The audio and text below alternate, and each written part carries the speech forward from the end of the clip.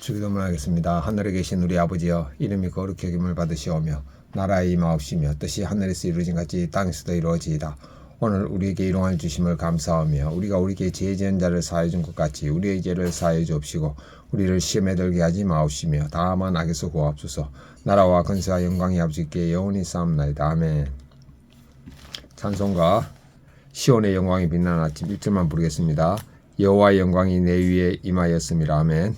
시온의 영광이 빛나는 아침 어둡던 이 땅이 밝아오네. 슬픔과 애통이 기쁨이 되니 시온의 영광이 비춰오네. 아멘. 아멘. 하나님의 말씀 보겠습니다. 그들이 예수님의 말씀을 책잡으려 하여 바리새인과 헤롯 땅 중에서 사람을 보내매 와서 이르되 선생님이 우리가 아노니 당신은 참되시고 아무도 꺼리는 일이 없으시니 이런 사람을 왜 물어보지 않고 오직 진리로서 하나님 도를 가르치심이니이다. 가이사에게 세금을 바치는 것이 옳으니까 옳지 아니하니까 우리가 바치리까 말리까 한데 예수님께서 그 외식함을 아시고 이르시되 어찌하여 나를 시험하느냐. 데나리온 하나를 가져다가 내게 보이라 하시니 가져왔거늘 예수님께서 이르시되 이 형상과 이 글이 누구의 것이냐. 이르되 가이사의 것이니이다. 예수님께서 이르시되 가이사의 것은 가이사에게 하나님의 것은 하나님에게 바치라 하시니 그들이 예수님께 대하여 매우 놀랍게 여기더라. 묵상하겠습니다. 13절부터 14절은 예수님의 말씀을 책잡으려고 바리새인과 헤롯 땅 중에서 몇 사람을 보내서 예수님께 질문합니다.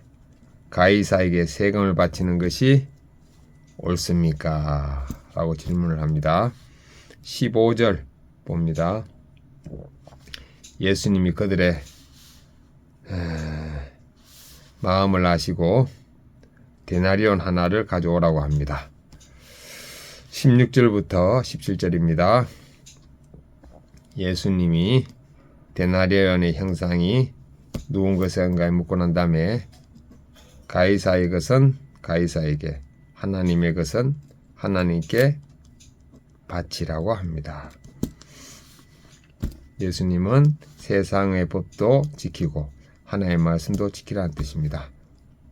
왜냐, 우리는 이 세상에 살고 있기 때문에 세상의 법을 지켜야 하고 또 하나님의 시민이기 때문에 하나님의 법을 지켜야 되는 거죠. 적용 1.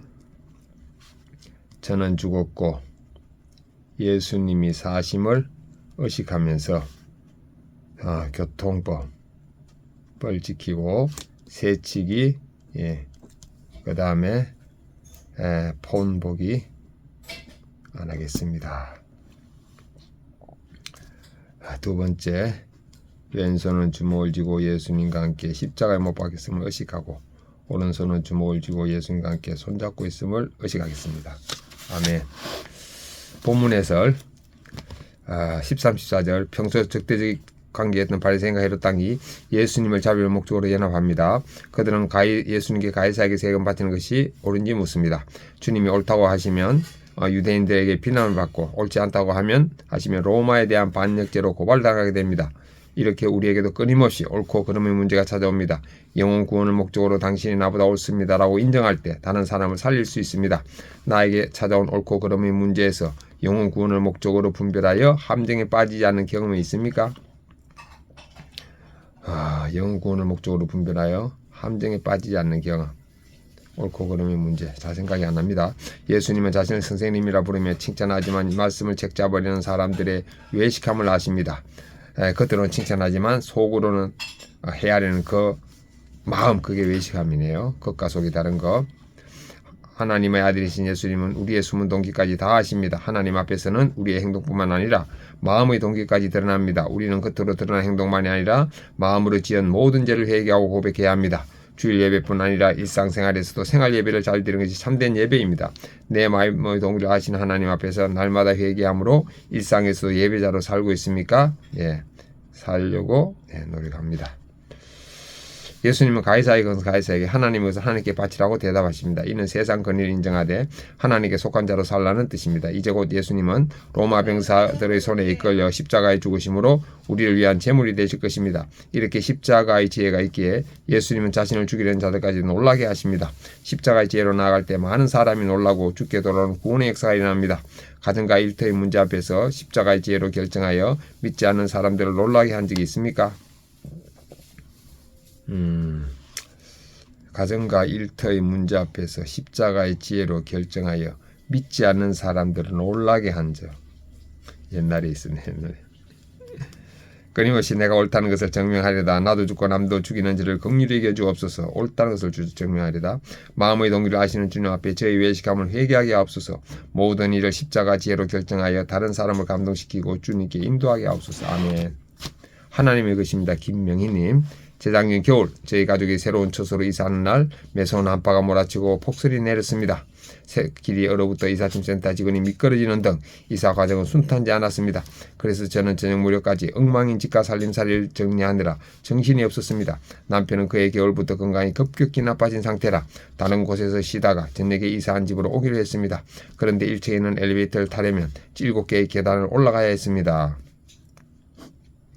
물론 보통 사람이면 아무 문제 아니지만 10년 동안 폐섬유화를 앓고 있던 남편에게는 큰 무리가 된 모양입니다. 집에 들어온 남편은 숨을 헐떡이며 고통스러워했고 저는 즉시 가정용 산소호흡기 전을 켜고 남편의 호흡이 정상으로 돌아오기를 기다렸습니다. 그러나 남편은 그대로 구급차에 실려가 병원 소생실에서 이 땅에서의 고된 노를 마쳤습니다. 와,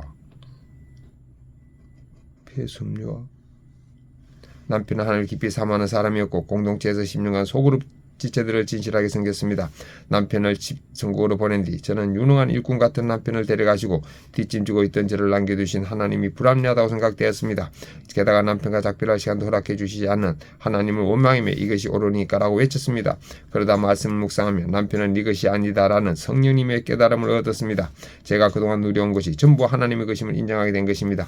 이후 끝까지 내 것이라 여기며 움켜쥐던 시간, 물질, 자녀 그리고 남편을 하나씩 내려놓았습니다. 그럼에도 여전히 하나님의 것을 내 것이라 착각하며 하나님께 온전히 바치지 못한 죄를 불쌍히 해주시기도 합니다. 적용일 상실의 아픔을 겪은 지체들에게 제 이야기를 세세히 나누겠습니다. 적용이 날마다 말씀을 묵상하며 하나님의 것을 탐하는 제 모습을 점검하겠습니다. 아멘. 제 적용을 확인하겠습니다. 저는 죽고 예수님 사심을 의식하면서 교통복귀인 새치기를 하지 않고 폰 보기를 하지 않겠습니다. 왼손은 주먹을 쥐고 예수님과 십자가에 못 박혔음을 의식하고 오른손은 주먹을 쥐고 예수님과 십자가에 못 박혔음을 의식하겠습니다. 아멘.